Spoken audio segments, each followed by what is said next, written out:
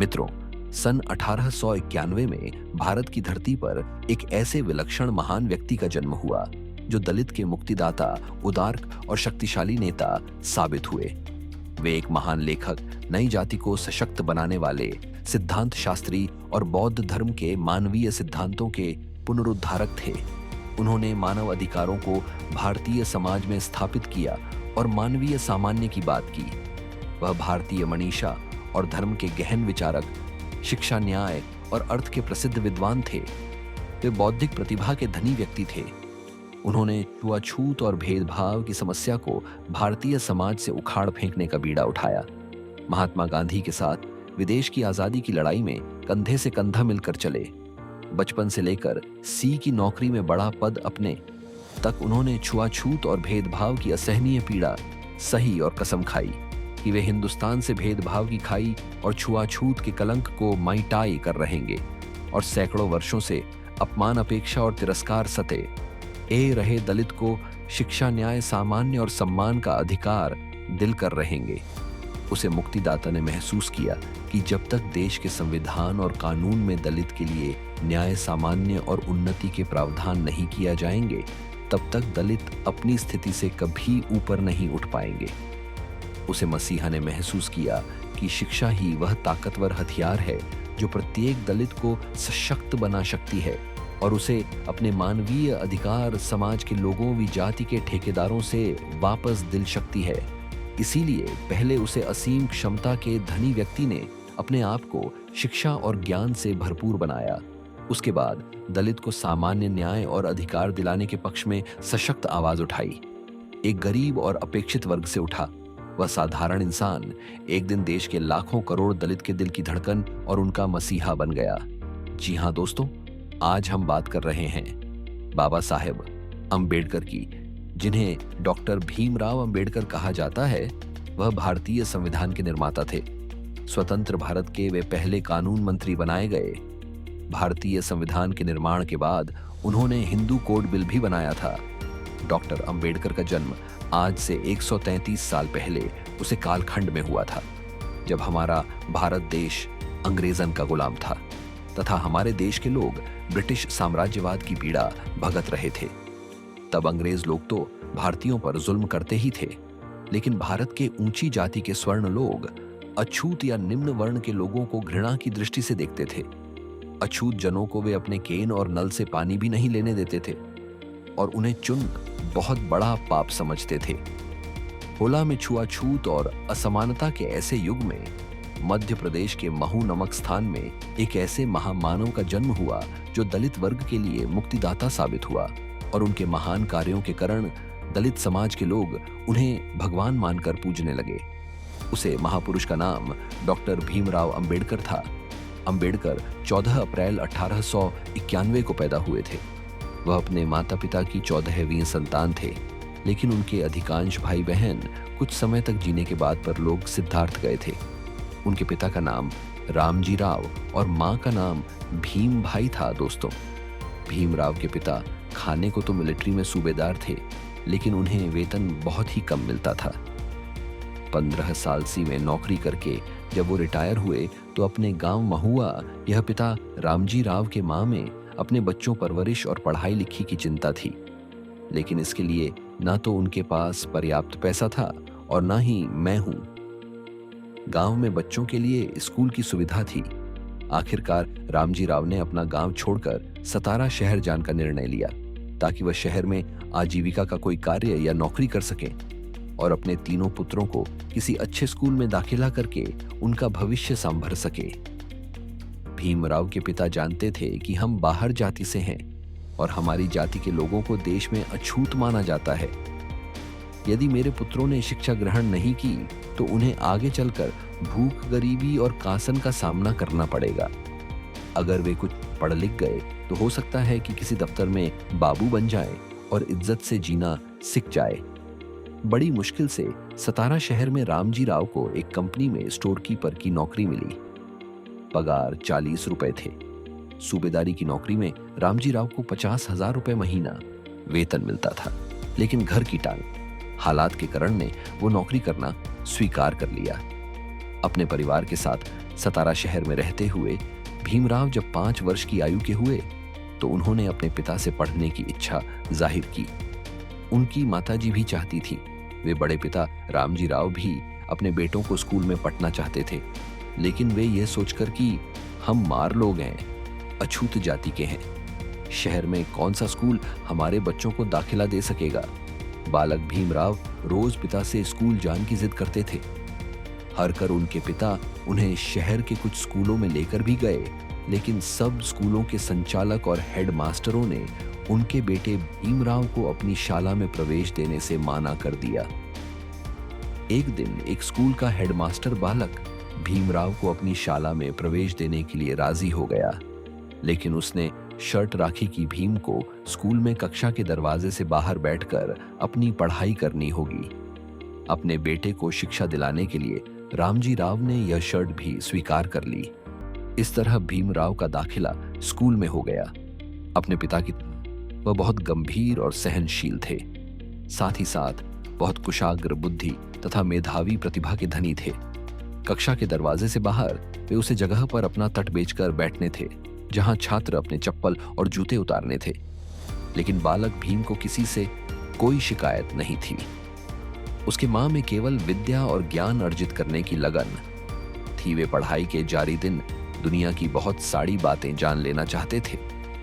भीमराव और रोज सुबह समय से पहले स्कूल पहुंचने और अपनी कक्षा के बाहर दरवाजे पर बैठकर शिक्षकों द्वारा पढ़ाया जान वाले पाठों को बड़े ध्यान से एकाग्रता पूर्वक सुना कर दे। टीचर के पाठ पढ़ते पढ़ते उन्हें वर्ड्स स्कूल में ही याद हो जाता था। उन्हें घर पर अलग से उसे पाठ को रेट कर याद करने की आवश्यकता नहीं पड़ती थी। टीचर उनसे पाठ के संबंध में जो जो सवाल पूछते उसका भीमराव एकदम सही सही जवाब दे दिया करते थे। एक दिन गणित अध्यापक ने एक प्रश्न ब्लैक बोर्ड पर लिखा और भीमराव को उसे हल करने के लिए बुलाया। भीमराव बड़े गर्व के साथ उठकर कक्षा के भीतर दाखिल हुए और जैसे ही ब्लैक बोर्ड की ओर बढ़ कक्षा के सभी बच्चे चिल्लाकर खाने लगे, मास्टर जी, भीमराव अछूत है। ब्लैक बोर्ड के पास हमारे खाने के टिफिन रखे हुए हैं, इसकी परछाई से हमारे टिफिन का खाना अपवित्र हो जाएगा। भीमराव ब्लैक बोर्ड के पास नहीं पहुंच सके और छात्रों के आक्रोश के समक्ष झुकते हुए अध्यापक ने भीमराव को वापस अपनी जगह जाकर बैठने को कहा। इस तरह के कई अपमान और तिरस्कार भीमराव ने सहे एक बार प्यास लगे, पर बालक भीमराव ने कुएं पर राखी बाल्टी से पानी पी लिया। इस पर वहां खड़े लोगों ने उनकी जाति पूछकर उनकी खूब टीकी एक दिन स्कूल की और बच्चों को रिक्शे पर बैठा देखकर भीमराव के मां में भी रिक्शे की सवारी करने की इच्छा हुई। उन्होंने सड़क पर जाते हुए एक रिक्शे को हाथ देकर रोक और कहा कि मुझे मेरे घर तक ले चलो, मैं तुम्हें रिक्शा का किराया कर लूंगा। रिक्शे वाले ने बालक भीम को अपने रिक्शे में बैठा लिया और रिक्शा खींचना लगा। रिक्शा चलते हुए बटन ही बटन में उसने भीमराव से उसका परिचय और जाति आदि के बड़े में पूछा। भीम को स्कूल की ड्रेस में देखकर उसने सोचा था कि यह बच्चा ऊंची जाति का होगा, लेकिन जब उसे पता चला कि यह बालक महान है तो उसने भीमराव को दांत से फटकारते हुए तुरंत अपने रिक्शे से नीचे उतार दिया। उसके बाद वो रिक्शा वाला बोला, तू अछूत होकर मेरे रिक्शे में बैठा, अब मैं तुझे इसका दंड दूंगा। अब तू यहाँ रिक्शा खींचेगा और मुझे अपने घर तक ले चलेगा। मैं तुझसे रिक्शा का किराया भी 2 गुना वसूल करूंगा। इतना कहकर रिक्शे वाले रिक्शे की पिछली सीट पर बैठ गया। रिक्शे वाले के क्रोध से घबराकर बालक भीमराव अपने हाथों से रिक्शा आगे की ओर खींचना लगे। नन्हे भीमराव ने महसूस किया कि शहर के ऊंची जाति के लोग उनकी आवाज सुनकर अपवित्र हो जाते हैं और यदि किसी स्वर्ण को उले तो वो अपवित्र हो जाता है। कई बार नहाने के बाद ही इन लोगों के शरीर से अपवित्रता पलट पाती है। बचपन में भीमराव अंबेडकर ने छुआछूत और भेदभाव की जो पीड़ा सही, वह उनके जीवन के लिए अभिशाप ना बनकर आगे चलकर वरदान साबित हुई। इसी पीड़ा ने उनको अन्य और कुरीतियां से लड़ने की ताकत दी। यदि आपने अभी तक हमारा अंबेडकर साहब जी चैनल सब्सक्राइब नहीं किया है तो सब्सक्राइब कर लेने और साथ ही बेल आइकॉन को अवश्य दबे ताकि आने वाले वीडियो का नोटिफिकेशन आपको सबसे पहले मिल सके। दलित को भारतीय समाज में सामान्य का अधिकार और न्याय दिलाने के संघर्ष शक्ति प्रधान की भीमराव ने स्कूल में एक एक करके कर कक्षाएं अच्छे नंबरों से पास की और वे 5वीं कक्षा में गए। एक दिन उनकी मां कठिन बीमारी का शिकार हो गई। पति ने भीमबाई का पड़ोसी वैद्य से इलाज कराया, लेकिन भीमबाई को बचाया नहीं जा सका। स्कूल में भीमराव गणित और भूगोल आदि विषयों में बहुत होशियार थे। उनके मां में संस्कृत पढ़ने की इच्छा थी, लेकिन संस्कृत के अध्यापक ने उन्हें संस्कृत पढ़ना से माना कर दिया। उसने भीमराव से कहा, तू संस्कृत ऊंची जाति के बच्चों के पढ़ने की चीज है बेटा। संस्कृत पढ़ना तेरे भाग्य में नहीं। भीमराव हर कक्षा प्रथम श्रेणी के अंकों से पास करते गए। अब उन्हें हाई स्कूल की शिक्षा ग्रहण करने के लिए बड़े स्कूल में भर्ती होना था, लेकिन पिता रामजी राव के पास उनकी फीस जमा करने के। तब उनके पिता ने पीतल की अपनी पुरानी पर रात को एक सेठ के यहां गिरवी रखकर फीस के रुपयों का प्रबंध किया। इस तरह हाई स्कूल में भीमराव का दाखिला हो गया। हाई स्कूल की परीक्षा उन्होंने प्रथम श्रेणी में उत्तीर्ण की।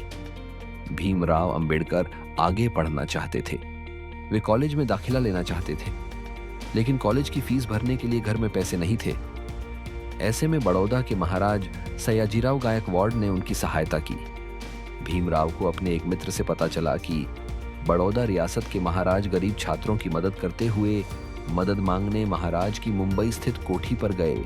जब महाराज को पता चला कि भीमराव ने गरीब छात्र होकर भी फर्स्ट डिवीजन से हाई स्कूल किया है, तो वे भीमराव की सहायता करने के लिए तैयार हो गए। भीमराव ने मां में ठान लिया था कि मुझे पढ़ाई में ऊंची से ऊंची डिग्री प्राप्त कर शिक्षा में महारत हासिल करनी है। नरेश ने भीमराव की सहायता के लिए उन्हें तुरंत 100 रुपये दिए और हर महीने 25 रुपये की छात्रवृत्ति देने का वायदा किया। इस तरह महाराज की सहायता से भीमराव ने बंबई के कॉलेज में एडमिशन ले लिया। उन्होंने मुंबई कॉलेज से अच्छे अंकों से बा की परीक्षा पास की। रमाबाई के साथ उनका विवाह हुआ और बेटे को तरक्की करते देख एक दिन भीमराव के पिता ने बड़े गर्व के साथ अपने जीवन की अंतिम सांस ली। बा करने के बाद भीमराव फौजी में लेफ्टिनेंट हो गए थे, लेकिन वे विदेश जाकर उच्च शिक्षा प्राप्त करना चाहते थे। इसलिए उन्होंने अपनी फौजी की नौकरी से त्यागपत्र दे दिया और बड़ौदा महाराज की आर्थिक मदद से उच्च शिक्षा प्राप्त करने अमेरिका चले गए और वहां की कोलंबिया यूनिवर्सिटी में दाखिला ले लिया।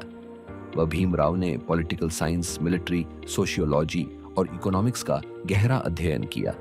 ये सभी विषय उनकी में कक्षा के थे। भीमराव को देश अमेरिका इस मेन में पसंद आया, क्योंकि वहां सभी लोग आजाद ख्यालों वाले और तरक्की पसंद थे। छुआछूत और भेदभाव की संकीर्ण विचारधारा ये वहां के लोगों के मां में नहीं थी।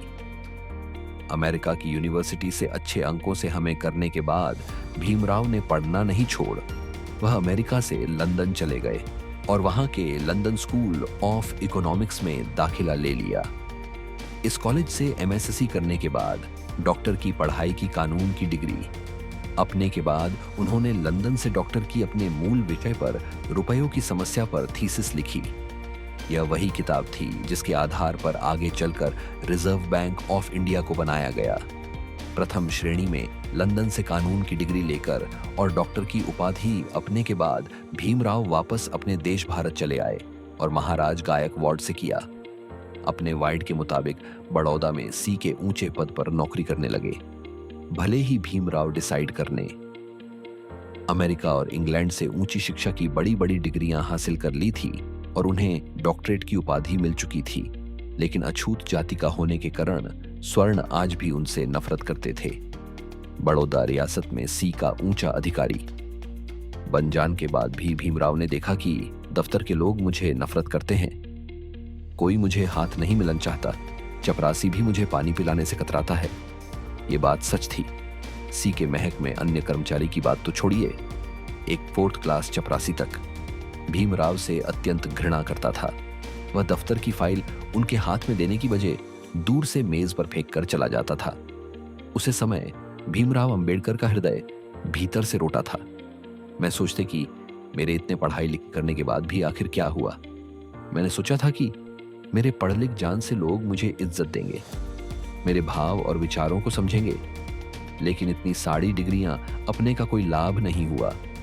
देश के ऊंची जाति के लोग आज भी मुझे इस नजर से देखते हैं, जीन्स नजर वे मुझे पहले बचपन में देखा करते थे। आज भी भीमराव को दफ्तर के बाकी लोगों के साथ बैठने उठने पर उनके सौंग खाना खाने तथा केन से पानी लेने पर पाबंदी थी।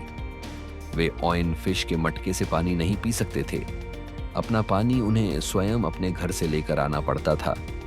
इस तरह से छुआछूत की पीड़ा सते हुए डॉक्टर भीमराव अंबेडकर ने अपने पिता की तरह जिंदगी के अनेक दर्द व कष्ट से उनकी धर्मपत्नी रमाबाई ने एक के बाद एक 5 संतानों को जन्म दिया।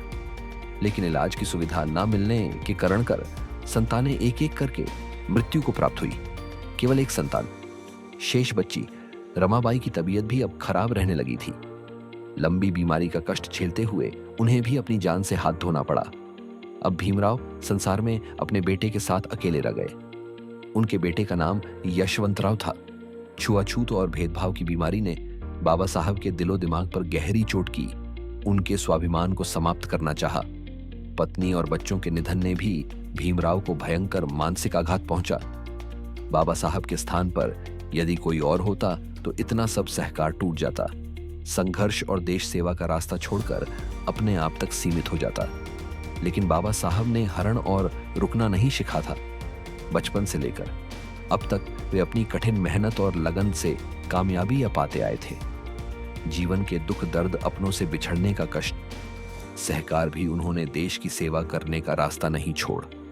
वह गांधी जी के सत्य और अहिंसा के सिद्धांत से प्रेरणा लेकर सत्याग्रह के रास्ते पर चल पड़े। ये सत्याग्रह उन्होंने दलित को सामान्य और न्याय दिलाने के लिए किया।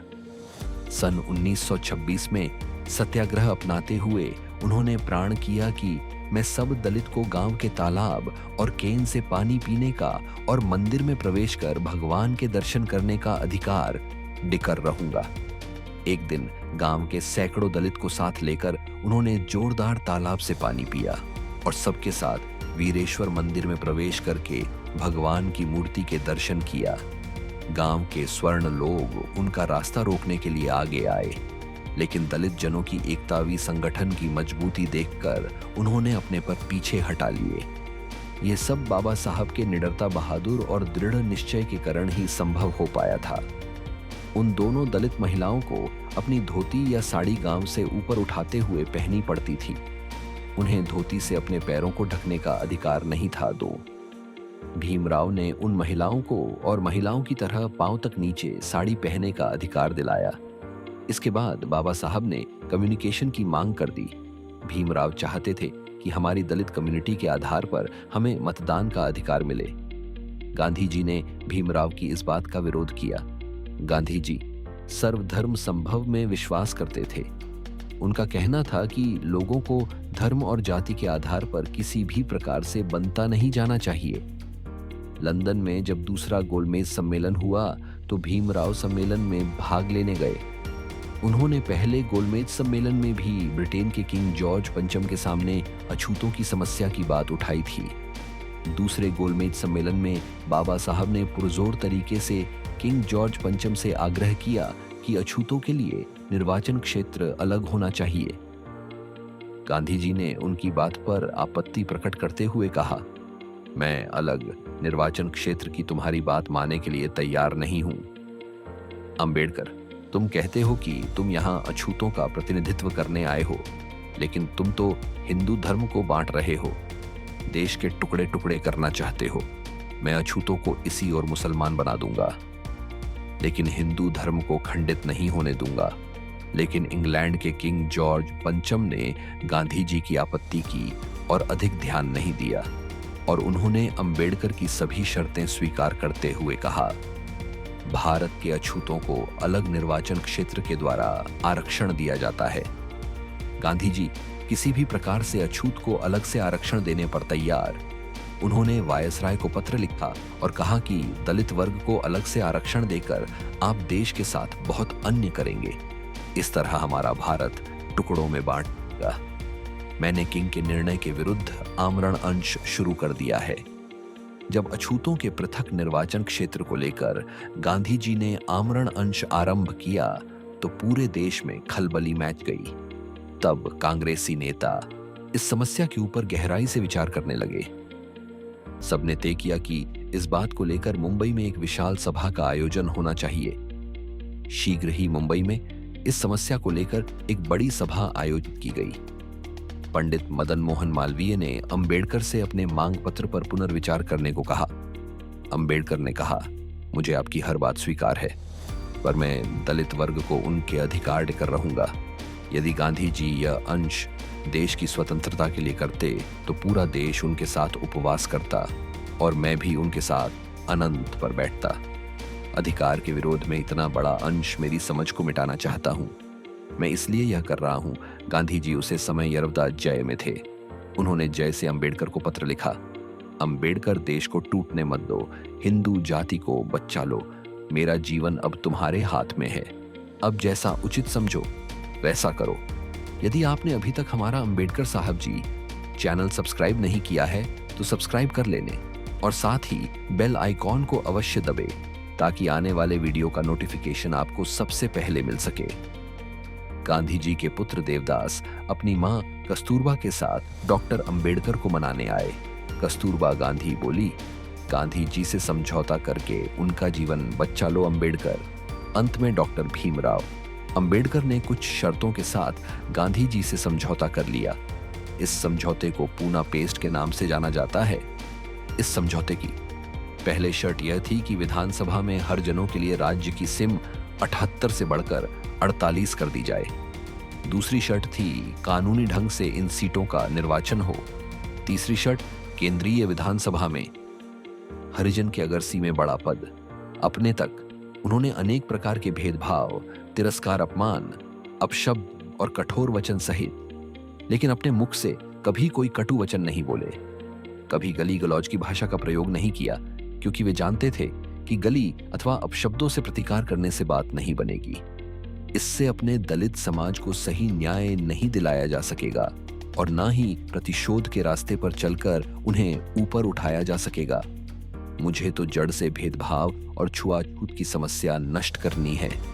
कोई ऐसा महान कार्य करके दिखलाना है जिससे मेरा दलित समाज सदियों तक अपना सर ऊंचा करके चल सके, समाज के अन्य वर्ग के लोगों के साथ कम से कम मिलकर चल सके और भारत का महान संविधान बनाकर उन्होंने यह अद्वितीय कार्य संभव कर दिखाए। 26 जनवरी सन 1950 को जब भीमराव अंबेडकर द्वारा बनाया गया संविधान देश में लागू हुआ तो दलित के चेहरे प्रसन्नता से खेल उठे। अन्य भेदभाव और तिरस्कार की मार, जेल रहे वंचित वर्ग के चेहरों पर खुशियां छा गई। संविधान के रूप में उन्हें सक्षम और सम्मानपूर्ण जिंदगी जीने के कई अधिकार प्राप्त हो चुके थे। दो अंबेडकर ने अपने जीवन और आचरण में हमेशा सहनशीलता के गण का इस्तेमाल किया। उनके भाषण, लेख और किताबें में तथा संविधान के विभिन्न अनुच्छेदों में भी हमें उनकी सहनशीलता, संयम, धीरज, गंभीरता के महान गुनाह के दर्शन होते हैं। गांधी जी की तरह अहिंसा को वे मानव का सबसे बड़ा धर्म या परम धर्म मानते थे। उन्होंने देखा कि बौद्ध धर्म आज के समय में भी सबसे अधिक उदार और सहनशील है। यह धर्म मानव के बीच किसी भी तरह का भेदभाव नहीं करता, किसी को छोटा या किसी को बड़ा नहीं समझना, चाहे मनुष्य किसी भी जाति या धर्म का हो। बौद्ध धर्म सभी को लगता है। यही कारण थे कि बाबा साहब ने हिंदू धर्म त्याग कर बौद्ध धर्म ग्रहण करने का निर्णय लिया। 14 अक्टूबर 1956 को उन्होंने नागपुर में बौद्ध धर्म की दीक्षा ली। उनको दीक्षा देते समय बौद्ध भिक्षु चिंतामणि ने उनसे पूछा, तुम सत्य का पालन कर सकोगे? सत्य मेरी मां है, भीमराव ने उत्तर दिया। भिक्षु चिंतामणि ने पुनः पूछा, खटवानी सा सकोगे? मेरे लिए अब इस संसार में कुछ भी कटु नहीं रहा। हाथ में भिक्षा पत्र लिए, पीले वस्त्र पहने, मूंदित शीश अंबेडकर ने उत्तर दिया। इसके बाद भिक्षुक चिंतामणि ने उन्हें बौद्ध धर्म की दीक्षा दी। अब बाबा साहब देश के सामान्य व्यक्ति नेता और किसी के पैरों कर नहीं रहे, बल्कि वे आत्मवत सर्वभूतेषु अर्थात सभी प्राणियों को अपने समाज देखने वाले आध्यात्मिक हो गए। बौद्ध धर्म की पुस्तकों का गहराई से अध्ययन मनन करके उन्होंने क्षमतावादी गहन दृष्टि प्राप्त की। अब बाबा साहब के लिए कोई अपना या कोई आया नहीं रहा था। सब उनके अपने हो गए थे और वह सबके हो गए थे। बौद्ध धर्म स्वीकार कर लेने के बाद सभी के प्रति प्रेम, क्षमा और दया का भाव उन्होंने अपने हृदय में धारण किया। दो भीमराव अंबेडकर शिक्षा शक्ति के जीते जागते उदाहरण थे। शिक्षा उनके जीवन का सबसे अधिक महत्वपूर्ण और अभिन्न हिस्सा थी। शिक्षा ने इन्हें तार्किक शक्ति, बौद्धिक ताकत और मांग करने की योग्यता प्रदान की। कोलंबिया यूनिवर्सिटी ने इन्हें नंबर 1 स्कॉलर इन डी वर्ल्ड की उपाधि प्रदान की।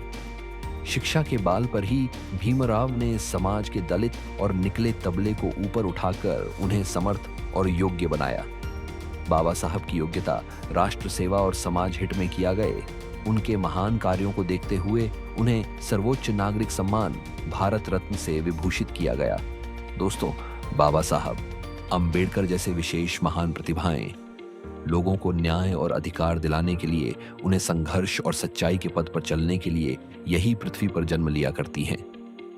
उन्हें आज भी भारतीय संविधान के निर्माता और दलित के मसीहा के रूप में याद किया जाता है। उनका संपूर्ण जीवन सच्चाई और न्याय के लिए संघर्ष, कष्ट सहन, सहनशीलता, त्याग और राष्ट्र सेवा का जीता जगत उदाहरण है। देशवासियों की सेवा के लिए, दलित, गरीबों और वंचितों को अधिकार दिलाने के लिए उन्होंने दिन और रात कठोर परिश्रम किया। अपनी नींद और आराम का त्याग करके भारतीय संविधान के रूप में स्वतंत्र भारत के लोगों को एक ऐसा उपहार दिया जो आज हम सब भारतीयों के लिए भारतीय संस्कृति की नवीन अनमोल धरोहर बन गया है। भारतीय संविधान के रूप में बाबा साहब डॉक्टर भीमराव अंबेडकर इस पृथ्वी पर युगों युगों तक अमर रहेंगे। अपने द्वारा बनाए गए संविधान और कानून के रूप में बाबा साहब आज भी दलित और वंचितों के लिए प्रेरणा पुंज एवं शक्ति के स्रोत हैं। उनके त्याग, संयम, सहनशीलता, गंभीर राष्ट्र सेवा और उत्थान कार्यों को शत शत नमन।